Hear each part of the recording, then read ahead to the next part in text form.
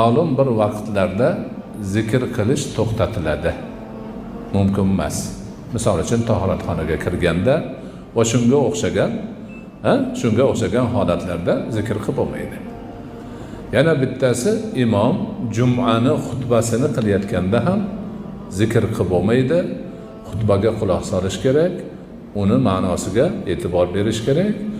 U vaqtda birovga yonidagi o'tirganga jim tur yoki qimirlama deyish ham ortiqcha tutiladi. Shuning uchun bu vaqtda ham zikr qilinmaydi. Qolgan vaqtida zikrni ruxsati bor, lekin alohida qilinadigan zikrlarni iloji boricha afzal paytlarda qilishga tavsiya bor.